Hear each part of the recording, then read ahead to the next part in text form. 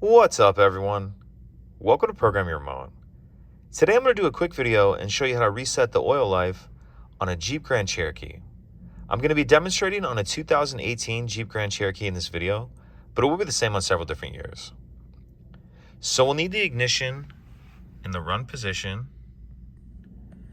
Then we're going to come over here, and the only buttons I'm going to be using are these buttons right here on the left-hand side of the steering wheel.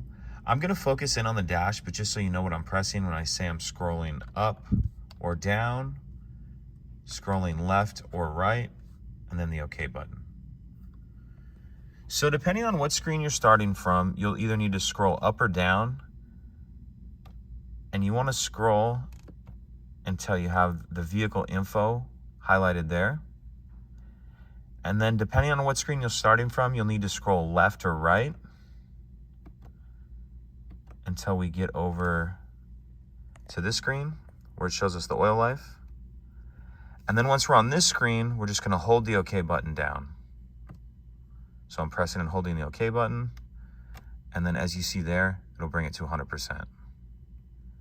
So pretty simple. If you have any questions, please let me know. If you could take a second to like and subscribe, it helps us out, and I'd appreciate it.